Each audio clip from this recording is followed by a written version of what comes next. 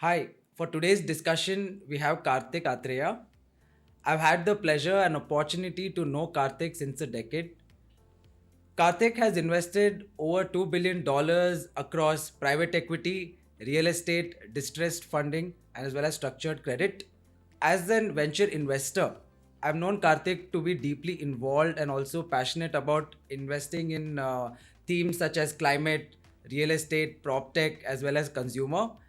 Real estate, just like any other sector, has seen multiple cycles since the turn of the century. We've had the boom phase, followed by the crisis in 2008, followed by another boom phase, and we were hit by the double whammy of GST, demonetization, and RERA, etc. Therefore, real estate has seen multiple cycles. Now we are in a very interesting phase of real estate, wherein demand has been phenomenal. We are in a massive uptrend, and real estate across various verticals has seen tremendous growth. Karthik is someone whom I personally know. He does anything with a lot of zeal and enthusiasm, and he has built fairly large businesses over the course of his career. It's a pleasure to have him today, and I hope this discussion would add a lot of value to investors, consumers, and other stakeholders alike. So, pleasure to have you today, Karthik.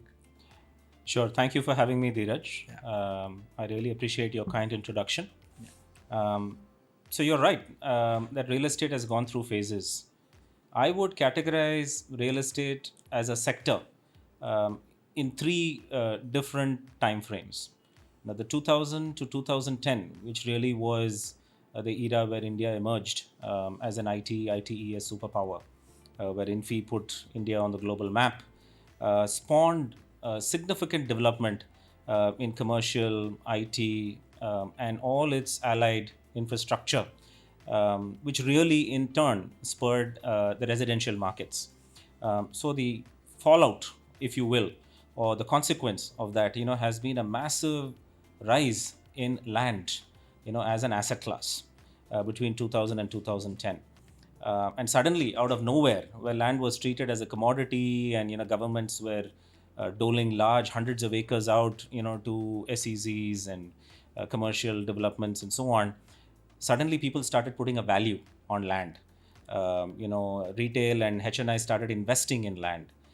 Family offices and corporates started valuing it in their balance sheets. And so suddenly emerged real estate as an asset class.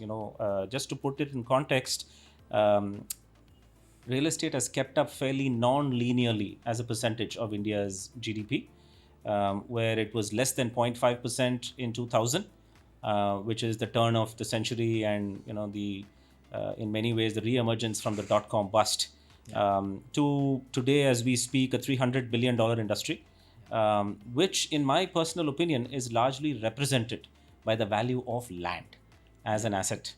And then what happened in 2000 to 2000, I would say 17, 18, was the second phase of real estate, wherein in the urge and the urgency to get consolidated, to emerge as an institutionalized asset class, to monetize, to commercialize, the supply of money started coming in rapidly into the space. And real estate developers or builders, as we now know them, suddenly started becoming, industrialists in the country. And people started taking note, and the emergence of very large and credible corporate names, starting with DLF, which was a landowner in Gurgaon, to one of the largest real estate developers in the country, and then of course Irfan, and various other people in urban cities started developing real estate as a business, and it moved away from what was historically known as a very opaque mom and pop shop to an institutionalized business. But in the aftermath as part of that process of institutionalization, as is normally the case, came pain, where with the massive supply of money, people started making speculative bets. Land prices started getting ahead of themselves. Inventory supply in terms of homes and commercial offices and even retail malls, and basically rentable spaces, went up extraordinarily. As a result of which, there was consolidation not only on the developer side but also on the capital supplier side, where, not wanting to take names, but the top five real estate developers in 2017-18 are no longer in business today, in many ways, if you look at it. And consequently, which is a healthy process as far as real estate is concerned. So, what I would call 2000 to 2010 is a discovery phase of real estate. 2010 to 2020 is, I would say, the evolution phase. And I would say 2020 to 2030, which we are living in and halfway through, is the development phase. Is sort of a pun on real estate development, because in 2020 onwards, we ourselves, as investors in the space and as a firm that advises, funds in building out real estate strategies, were skeptical in terms of the consequence or the impact that something like a COVID would have on buying behavior, leasing behavior, pricing, supply, investments, and so on and so forth. But incredibly, what COVID did was to go the other way and spur a massive hunger, almost an addiction to go and own homes. And so the whole financial math or equation of leasing is better than buying went out of the window. And effectively, everybody said, I want a roof over my head. So the good old adage, which I've heard when I grew up in the 80s and the 90s, of roti, makan, kapda, assumed massive significance, where everybody wants today a roof over their heads, whether it is as a first time homeowner, or as a holiday home, or as a second home, or as an investment. The statistics point to the fact that roughly 20% of all family offices in the country, which is the rapidest and fastest growing investor class or LP class in the country, has 20% of their allocations towards some form of real estate, and mostly physical real estate holdings. So, as you rightly said, I think this is a period in which there is demand for the first time, and secular demand and genuine demand backing real estate development. So while there will continue to be self-inflicted pain, in terms of supply running ahead of itself, people being speculative, etc., but that's part and parcel of every business, whether it's a cartelization of a commodity industry, or crowding around in terms of the way EPC bids are run from an infrastructure perspective. Those will remain. But the most interesting thing about this cycle, and you're right, that in my personal opinion, we've seen 3 or 4 cycles. This is the first cycle which appears interesting in many ways, because there is genuine demand that is backing real estate supply. And as long as investors, developers, lenders remain sensible in terms of calibrating what is that demand versus supply, we think that there is a continuing trend of real estate being a larger proportion of the GDP going forward. And indeed, one of the 3 backbones of roti, makan, kapda, and roti is really a government phase, or a government responsibility. Kapda is something which is fueling, which is a synonym for not just kapda but also consumer behavior, buying and so on. And the Indian GDP is indeed growing on the back of consumer spend. And so that leaves the makan, where I think there is absolutely a need to develop infrastructure, and by consequence real estate, over this decade. And that is what I think is the priority of not just the private sector but the government as well. Got it. But things seem to be different this time. The cycle seems to be longer than what we've seen before. And in my mind, the top 3 factors which can be attributed to this is: one is the urbanization. We're seeing a rapid urbanization from current about 480 million in India. It's expected to reach about 630, 640 odd million in the next 10 years or so. That's one. And of course, the rising disposable income as well in the hands of the households. And the third thing is availability of credit. The larger availability of credit, and also the home loans and the easy access to financing. Are these the only factors driving? And as you said, I do agree with you that there's a genuine demand which has been created, which we've not seen before, what we're seeing currently. So what is different from the previous cycles, what we've seen? Good question. There's very interesting ingredients that you put in there, which can be considered as drivers. I think everything you said are drivers to a secular demand for real estate. And as I already said, I think demand and consistency of demand at certain price points and for certain reasons. Whether it is to drive ownership, or it is to drive status, or it is to drive an upward mobility in terms of a quality of life. Those are all contributors into creating that demand. But you're right. I think the urbanization is the single biggest, I would say, factor that contributes towards the demand for housing per se. And that is coming out of the fact that the jobs are getting perhaps created faster in urban cities to start with, and then going on to major cities and then to tier 1 towns. So if you see, it's not just urbanization into a city of Bangalore, for example, right? I mean, it is Mysore as a satellite city is growing very fast. Coimbatore as a satellite city to Chennai is growing very fast. Pune is now its own real estate market and moving on it to become its own urban metro, which was earlier a proxy to Mumbai. So I think everywhere, there is a proliferation of people wanting to work in corporate sectors, create more affordable income, lead better lives, and leave more for their progeny, and as opposed to earlier. So I think in many ways, the mandate and the vision of the government that we've had over the last decade is driving this urbanization. And absolutely, things like financialization of savings, access to bank accounts, digitization of records, are making things like home ownership, office ownership, transparency easier.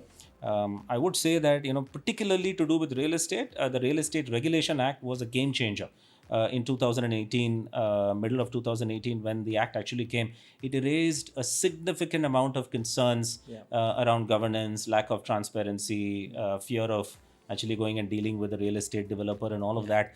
While it was a short-term pain that indeed investors like me lived through, the long-term good was not debatable at all. And it has now given a significant amount of fillip to institutionalization that was attempted in the 2010 to 2020 decade. And today, banks and institutions and private funds and so on have looked upon this and increasingly looking upon this as a very viable and sustainable asset class. So I would say everything that you said contributed as demand. And the difference is the sustainability of the demand.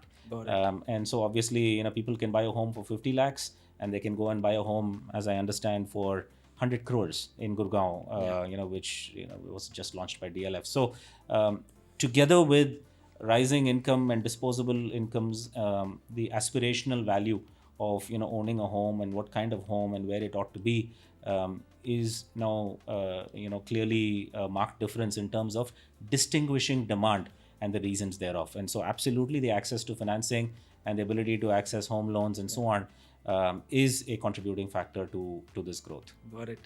And in terms of owning real estate or having access to real estate, one way is traditionally you buy an asset, maybe residential or commercial, and then either you're living in that or for investment purposes where you have headaches of managing it, etc. by yourself.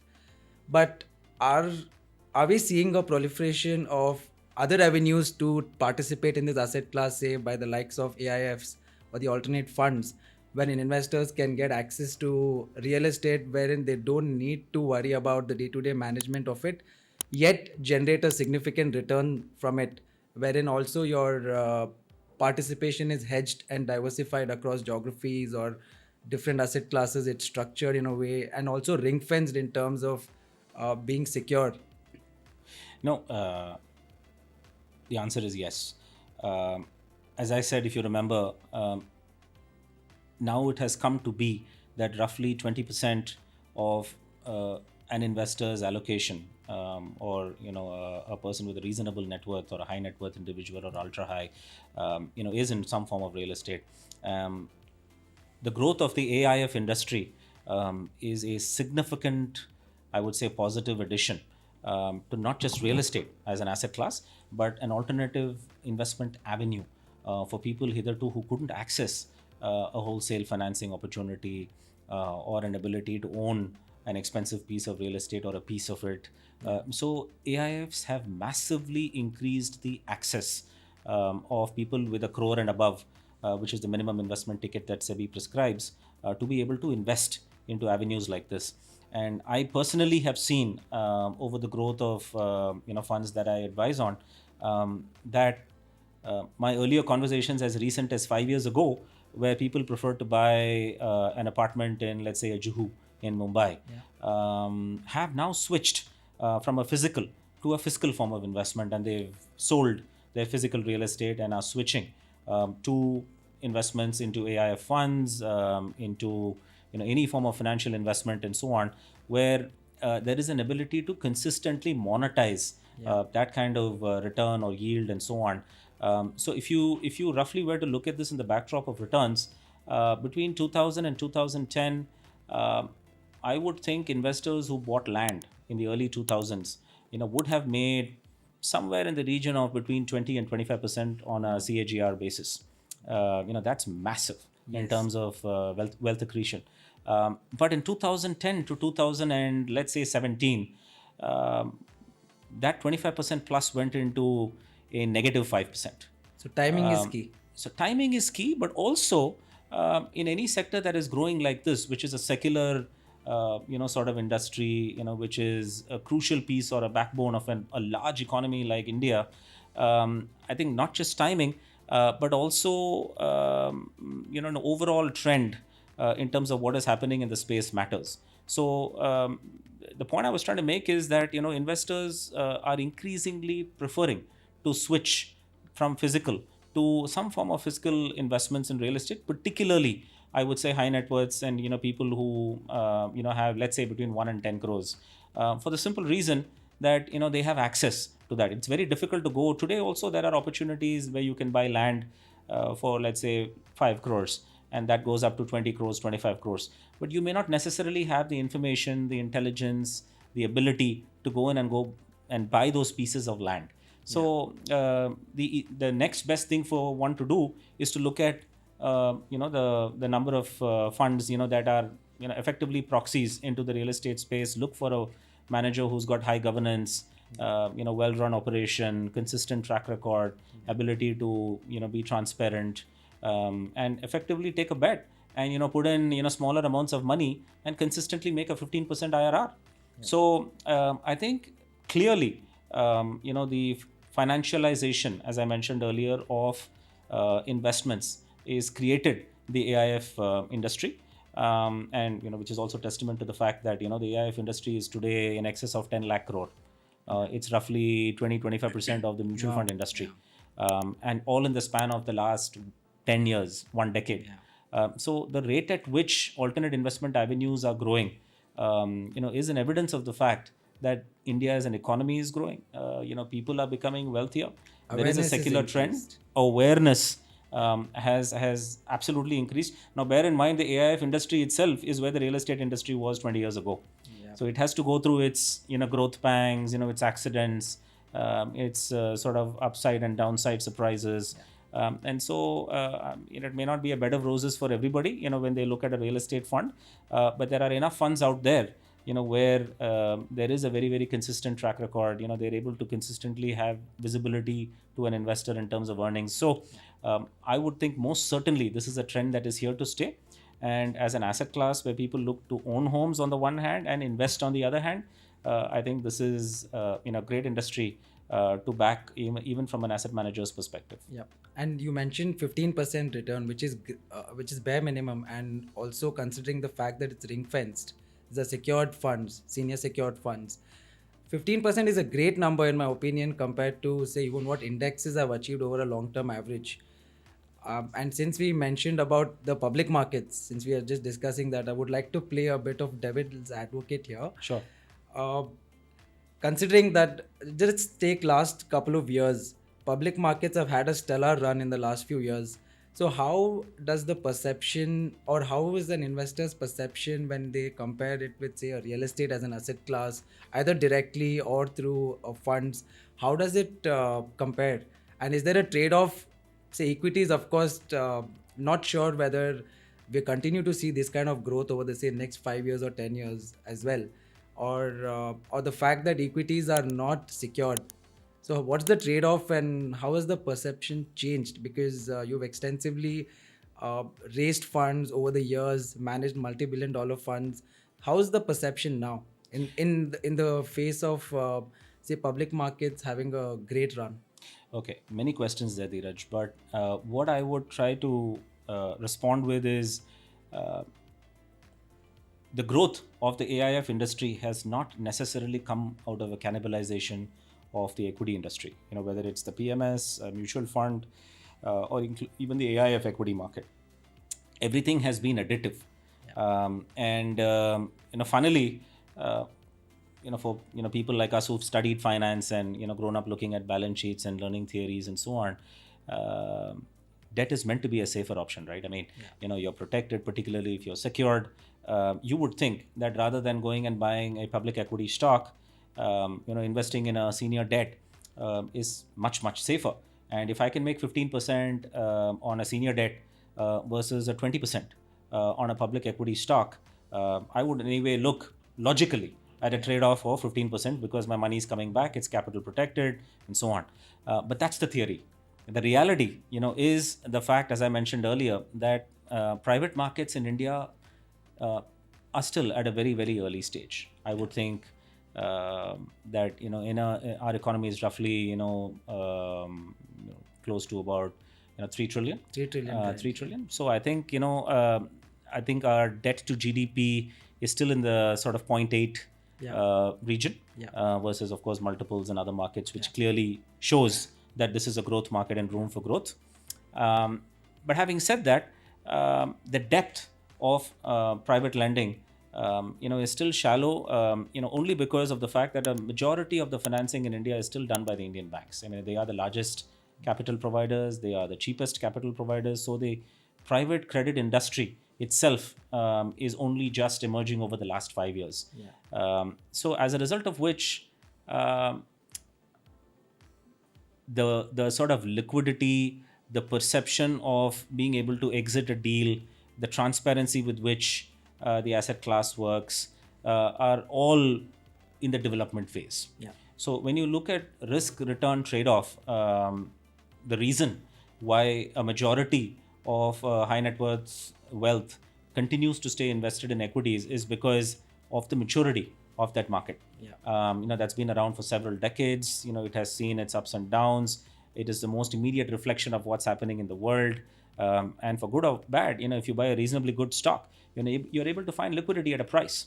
But in a private market, exiting is something which involves expertise, which involves patience, and perhaps only private credit managers and people who dedicatedly manage that can do this. As a result of which, people tend to look at alternate investment themes like private credit, private equity, venture debt, venture capital, all of those as additive strategies that should form part of a higher risk portfolio. And so when it comes to allocation, the typical Indian mindset, by the way, since I'm talking about nascent markets everywhere else, the Indian LP market or the investor market is also very nascent, right? And so only now you're having multiple high net worth individuals being largely catered to by 360 and Kotak and all of these guys. So they are also learning in terms of what is happening in the market. So they tend to view all of these risks as homogeneous, where the market is broadly split into things that I can exit, I can see and exit, and things which I can see but can't exit. So liquids versus illiquids is a big debate. And so the trade-off really is between liquidity and illiquidity versus risk and reward today. But I think over the next decade or so, I personally see a lot of evolution in investors who are able to increasingly understand and distinguish the differences between fund manager A, who runs a senior secured strategy, who's got a track record, whom they're able to diligence, they are backed by credible sponsors who have skin in the game. So the due diligence standards also are changing, evolving, improving, and they're able to assess people who, they do real estate, but they do real estate equity. So regardless of the instrument, they may be investing through a non-convertible debenture, but at the end of the day, the underlying risk that manager is taking is one of equity, where they come in at land, they come in pre-approvals, they structure their deals that in such a way that they get back-ended returns, they are able to participate in a greater share of the upside. All of those are equity risks, regardless of the instrument of investment, right? So, as long as this progression of due diligence, transparency continues, I think even on the alternate side, which is now Picking up, almost yeah. a 30% allocation between private equity, real estate, private credit. 30%.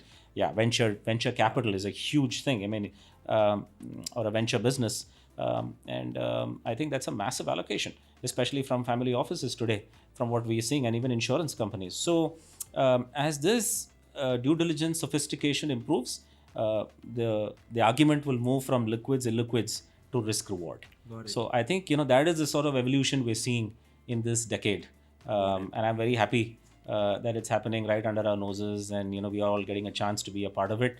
It's an exciting phase over the next decade. Yeah. So two key takeaways from this part. One is that although it's nascent, it's a very evolving and it's a very growing phase. The whole participation in AIFs and real estate, or in real estate via AIFs, it's a nascent stage and at an inflection point. And second thing is, it's an addition to one's own strategy where a lot of HNIs and family offices are now being quite active in this space, and it's an addition to your portfolio, wherein you have a That is balance correct. between risk and reward as well. That is correct. So it's sort of the balance between risk and reward is more a consequence than a design. Yeah. In my opinion, of course, people have views on what is risk and what is reward. For example, in 5 years ago when I went and pitched a real estate fund, the immediate question is, oh, will we make in excess of 20%? So there was no effort to understand what the mandate of the fund was, what the investment instrument was, how we are mitigating risks, how distinguishing this is. None of that. If it's real estate, it ought to earn me more than 20%, which perhaps developers, have been making, in the past, and continue to have an opportunity to make, if they run well-run businesses and, look at prudent things. But as an investor, if we sort of start becoming real estate developers, now that is a risk in itself, right? And so a developer is taking that equity risk, and hence he's entitled to make that reward, he or she, right? I mean, if you as an investor want to make that kind of return, then you got to go in and take that kind of risk as well, which is not in the mandate, to my understanding of what it is, unless you're operating business, and then you're setting up a fund to execute the same. So from that perspective, I think the Indian market will still go through a phase where there will always be a lure of reward more than an evaluation of risk. But I think as the industry itself evolves, as sad to say it, but a reality, more mistakes are made, as there are more lessons to be learned. There will be an increasing sub-segmentation of risk and reward. And I think the government or the regulatory agency is doing its part. SEBI, for example, is now having CRISIL do a benchmarking of all AIF managers. And my own conversations with CRISIL have been interesting, where they similarly came and bunged all real estate investors in one bucket. And now over the past few reports, they've started distinguishing between debt and equity, early stage and brownfield, sort of mezzanine and so on, and giving an opportunity for investors to look at what is actually risk reward as a definition. So a sign of maturity in the market. that is correct. And so we're a long way off, but I think certainly there are very, very tangible trends that will make the Indian investing and alternatives market, which includes real estate as a big piece, very, very exciting going forward. That's very well said. I do agree with you on that. You had mentioned a very important number. You mentioned $300 trillion as the value of real estate. A lot of people may not... Billion. Sorry, 300... Billion. But the value of global real estate. Global real estate, that is true. $300 trillion. This is essentially much larger than the global bonds and stocks combined. A lot of people may not be aware of it. But having said that, as an industry, we have seen that the banking and the entire finance industry being disrupted by technology. We've seen the agriculture space, which is the largest employer in the country, the whole agri industry, being disrupted where no one believed agri could be disrupted. That got disrupted with tech 5 years ago. But now we are seeing a phase where the largest asset class in the world is being disrupted with technology. At least we have seen in the mature markets, the North American and the European markets, a lot of traction out there. But in India perspective, we've seen that the story is just begun already. I mean, we did see a first wave of growth wherein the traditional platforms, which barely enabled buying and selling of houses or say commercial properties, the likes of No Broker, your Magic Bricks of the world, they did well. But now we are seeing, an increased adoption by both builders as well as consumer, increased demands by consumers to sort of take have tech embedded as part of the real estate play. So how, in your opinion, is that shaping up in the industry? Because this is something which is less talked about. uh, Also, I would like to add one more very important data point. When you see builders, they spend apparently they spend just less than 1% of their entire top line on technology, which also includes your legacy platforms like your Tally and your ERP solutions, etc., which is very abysmal compared to where other industries have been. So, in your experience, you've seen multiple cycles. You've looked at real estate at a at a very detailed lens. So, how do you think that's shaping up? Would love to pick your brains on that. No, no, it's a fascinating microcosm Yeah. of corporate India, I would say. Um, so technology now, whether we like it or not, even for tech dinosaurs like myself, as my kids ridicule me, is here to stay. And so things like mobility, artificial intelligence, and even 3D printing and so on. People are making homes, using 3D printing. Uh, so which is insane in my Printing view. homes, rather. Yeah, they're printing homes, exactly. So which is, I mean, I would think somebody was smoking something several years ago. But I would think that, aside, I think everybody knows, and at least I grew up uh, my working career from the late 90s, where things like Tally, SAP was huge, and so on and so forth. And then it went into, I would say, more helping operations become better by consolidating data for review. Yeah. I think that was the influence of tech till about 15 years ago, right? As recent as 15 years ago.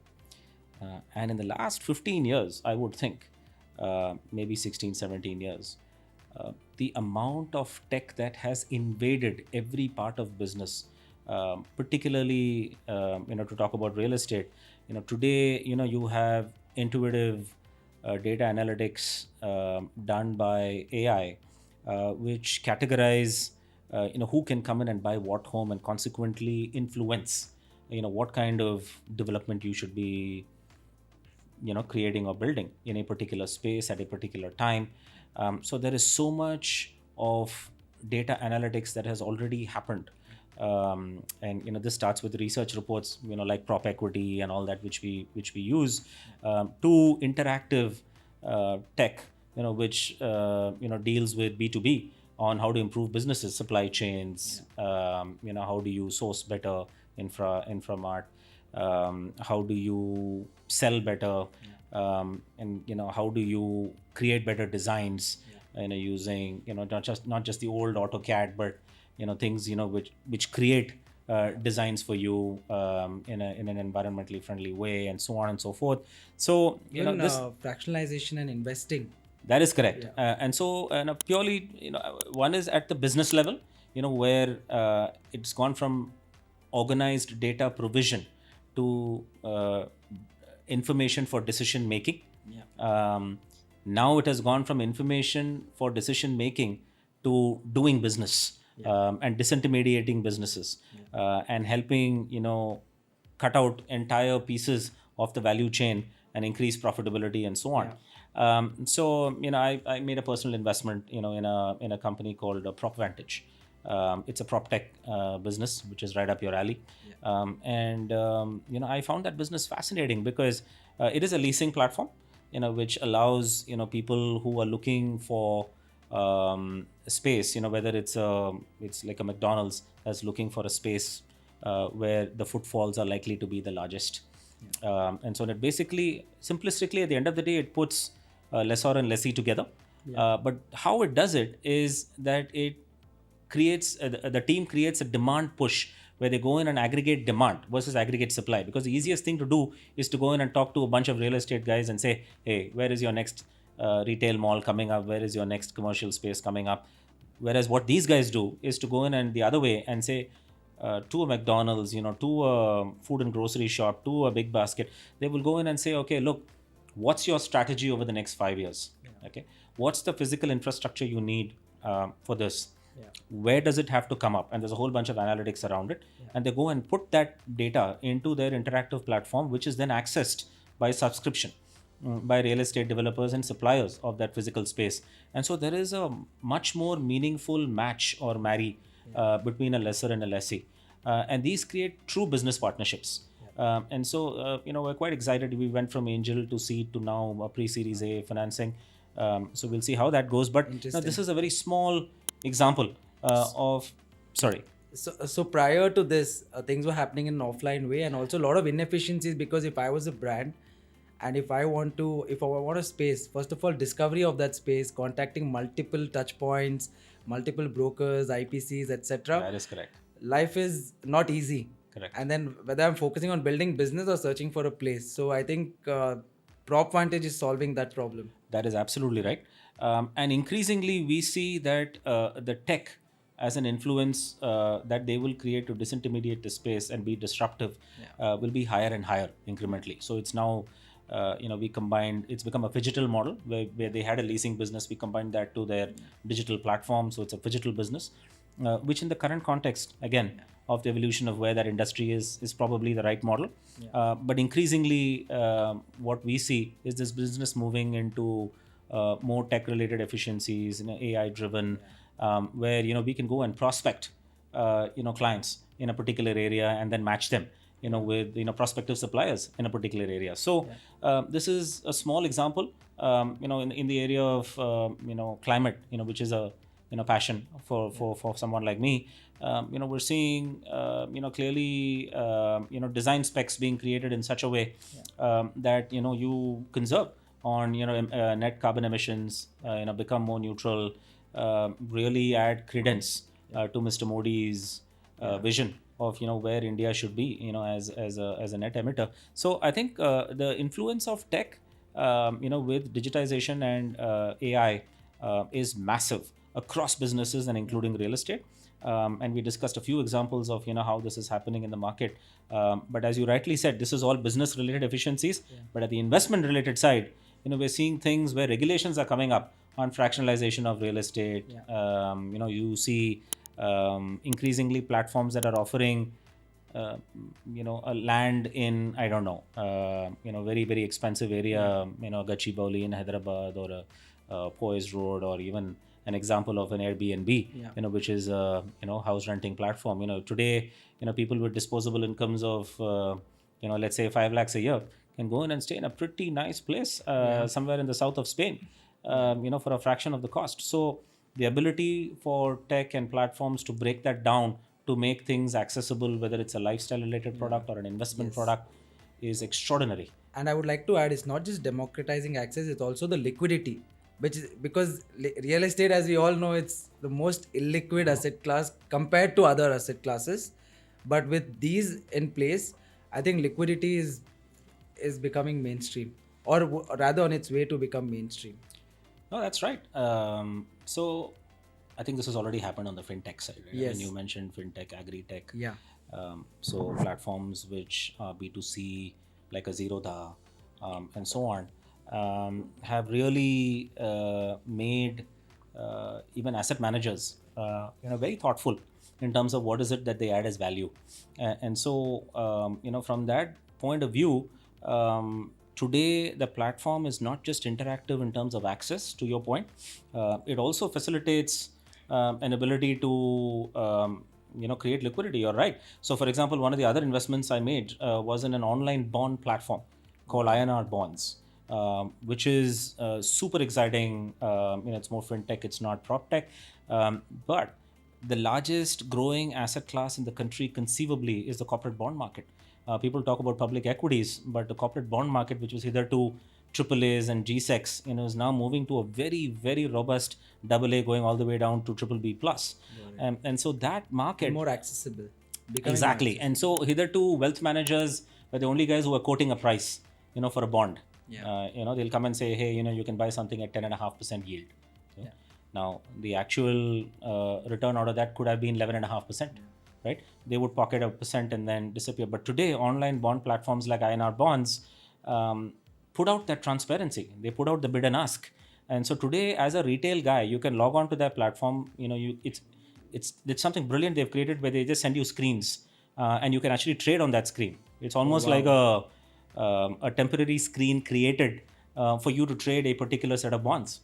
And so I can send you a screen now of 10 bonds that I think you should buy, and you can go and see the bid ask in those 10 bonds and go and actually execute a trade. Automatically gets lodged into your custodian and your demat account, and you end up owning the bond at the liquidity or at a yield that you want.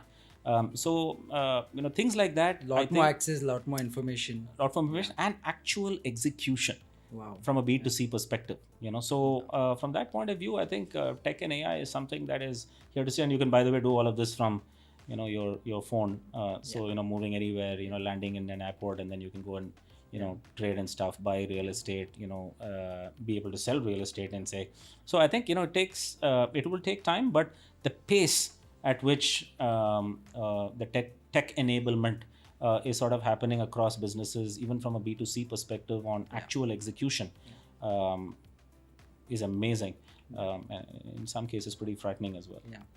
And Karthik, what inspired me is during the course of our conversation, you mentioned about how climate is influencing or has some association with real estate. Honestly, we did speak about other things along the way, but very inspiring to see how climate and real estate are coming along together. Given the fact that real estate is the largest contributor of global greenhouse gases, contributes to over 40% or close to about 39 to 40% of global greenhouse gas emissions. Yet, when you compare with, say, transportation, which just contributes to about 15 odd percent, has received, an enormous amount of funding. But in real estate, in terms of, funding for the sustainability and real estate combined, we haven't seen that kind of traction what we would like to see. So one thing is for sure, we have a very long capex cycle ahead of us to decarbonize the real estate space. Where is it lie, at least from India's perspective? Talking about global markets, we have seen one very interesting solution which we were discussing before conversation is a company called Halio, which which basically makes efficient glasses and is now a unicorn. So we are seeing those kind of solutions. We are seeing alternate materials which have gone on to become unicorns. A big play in the energy efficiencies, trying to bring down your HVAC costs, etc., which in turn is the largest one of the which contributes to about 27%. So where does this all lie? And before I hear your thoughts, what's more inspiring to see is these conversations are going beyond boardrooms and trying to become mainstream. This is where the actual action we would see, and this is where the real change which we would like to see in the sector. No, that's a fascinating question, Dheeraj. It is a subject very, very close to my heart, and indeed, I try to incorporate elements of climate and the environment because at the end of the day, everything we talk about, should end in terms of how sustainable it is. What we are leaving behind. Whether it's, are we leaving behind a roof over our heads or our children's heads? Yeah. I think that is the burning question to be answered. And I don't think this works without integrating everything that we do, starting from our day-to-day lives into our work. If it doesn't, mean anything to the climate or improving the world as it is for our children.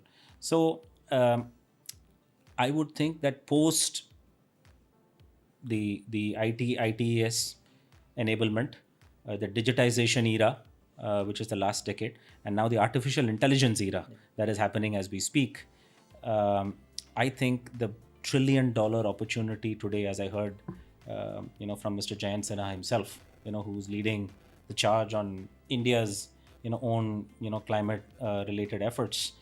in terms of transforming corporate India a couple of weeks ago was a fascinating discussion to hear from him. Um, I think it is the biggest, clear and present opportunity that exists today. A firm that advises on active funds and execution in the market, or the builder community at large, or a consumer who is a home buyer, can actually make a difference. And In terms of ROI as well. honestly, there are two ROIs, right? Yeah. We are very, very used to discussing a financial ROI, Yeah. which is rupee, dollar, cents, paise. But the larger ROI, is really the long-term benefit on us to exist with an ability to enjoy the wealth that we create. And that's really where I think an environmental or a climate ROI comes into play. But aside of the theory of it, there is very, very clear, well, not very, very clear, but there is taxonomy, which really drives, how climate change is impacting us, and consequently what we have to do to be responsive to it. This is originated from, no surprise, in Europe, which values quality of life and a quality of living as a continent, right? And that has gradually spread in small pockets to the rest of the world. You were absolutely bang on that real estate emits 40% of global gas emissions, and that was an interesting fact, by the way. I did not know it, but there's so much that we can do in Asia, and particularly in India, to basically position ourselves as real, I would say, proof of the fact that we can reverse or slow down what is actually happening on things like global warming, weather changes. We're seeing increasing storms in Chennai. I recently saw an article, there is snow in the deserts of Saudi Arabia. Wow. Which is just crazy. So and it starts small, with what we consume, how we consume. So when we look at real estate, the funds that I advise on, over the past 2.5 years, suo moto, have gone in and started measuring emissions, carbon emissions on development of projects that the fund is financing. Inspiring to see that. Yeah, I mean, so nobody told us to do it, but as corporate citizens, we felt that we ought to do our little bit. And what we did, we employed tools that are available in the market to measure. So the way to solve a problem first is to appreciate that there is a problem. So what we've started doing over the last 2.5 years is to put in our agreements that, look, every investee company should have some angle towards doing something better for the environment. And to that extent, we have a climate and ESG set of to-dos, if you will, that we have pushed into all our contracts. It is painful. The conversation is not without debate, not without pushback, but slowly and surely, our investee companies have started to appreciate why we are doing this, right? And maybe in time they will realize that they can get paid, to your point of ROI, by doing that as well. It starts small with things like you need to have EV charging stations in the real estate development. While it is already there in most urban city developmental guidelines, the actual practice of implementing a rainwater harvesting, a water recycling, a solid waste management process, having your own little nature garden, from where you consume vegetables, organic, and so on. The change starts small, but a series of small changes together can be a massive movement. Today, the funds that I advise on, have more than 100 projects, that are implementing everything that I just said. Wow. And from nothing. And so, we have pushed that change as part of our advocacy, and, helping the country achieve its net emission targets that, our Prime Minister has, put out to the world. And so in many ways, we are developing our own little crude version of taxonomy, and we are using the tools that we have, from the EDGE tool that, the IFC, the International Finance Corporation, has vetted and diligenced, to numerous regional due diligence agencies and people who implement EDGE, coming in and monitoring emissions. And a lot of this also, has a bearing on, and so the kind of, you mentioned Helio, so the kind of input materials that are already embedded in terms of a certain level of carbon emission, how do you sort of mitigate that?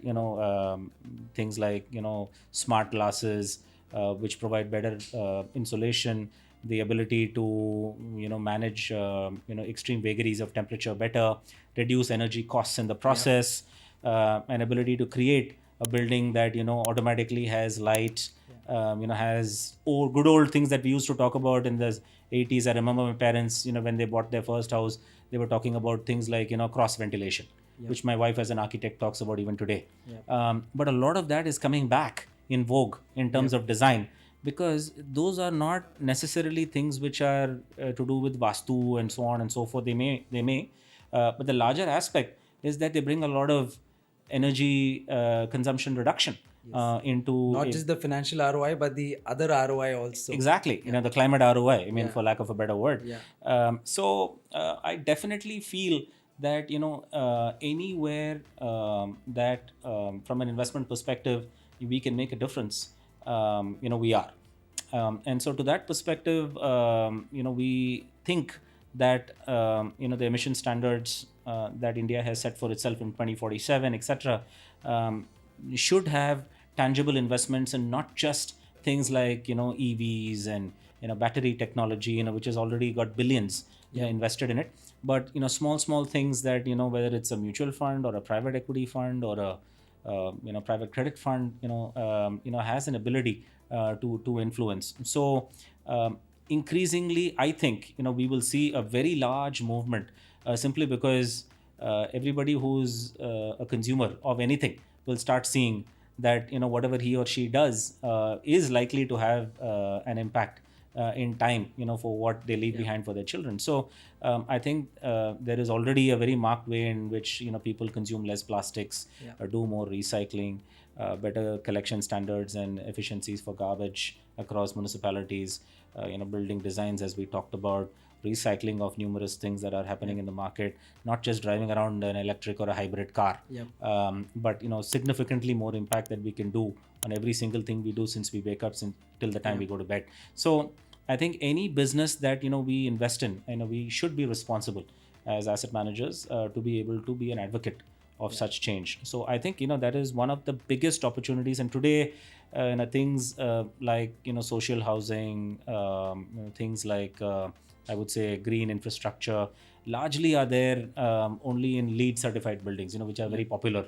But as an asset class, 80% of Indian real estate, if I'm not mistaken, is resi. Right, 20% is everything else. Whether it's retail, logistics, commercial offices, and so on. So we need to introduce climate environment into resi, as an asset class, which we think as funds that I manage, or rather advise on, are already doing that in the market. So I think that is a single biggest movement and investment opportunity. And by the way, we now need to come back from climate ROI to financial ROI, and I think we can make money while doing this. It's not charity as is popularly conceived, where I need to go in and give financing at 14% instead of 18%, simply because this fellow is doing something from a climate perspective. No. So today, there are concepts like blended finance, an ability to put together financing packages like green bonds, which will make capital at that cost available to people who are able to spread the investment avenues to create this change. So that, I think, is something that I believe the country needs to look at very, very seriously. And we're certainly going to do our little bit. And also one intriguing perspective you've mentioned is that although the climate aspect was widely talked about in, say, commercial and other asset classes, resi, you mentioned about resi, which we don't hear about often. So that is very intriguing takeaway for me as well, you participating actively in it. And a lot often we talk about ring fencing our investments, our deals, etc. But it's high time we ring fence our built environment. 100%. All for it. Yep. And to sum it up, I think in terms of tech and sustainability adoption for the sector, for the real estate sector, we are most likely in a situation where the early bird catches the worm kind of a situation. So I think we have a long cycle ahead of us. Absolutely. I think, we have a multi-decadal opportunity, and, no change, especially good change, happens overnight. It all takes time, but it involves hundreds of thousands of people like us. Yeah. To Concerted effort. concerted effort to make that change. And I think we touched upon a range of topics and subjects that hopefully will not just focus on the financial ROI, but also on how a win-win opportunity to work together can be created in the market. Yeah. And I hope even for our viewers, for investors and consumers alike, it was a very insightful conversation, especially from a real estate veteran like you. Yeah, veteran sounds very old. I still believe that I have a lot to offer. Yeah. But thank you for having me, Dheeraj. Yeah, thank Appreciate you. it. It was my pleasure to have this conversation with you. Thank you.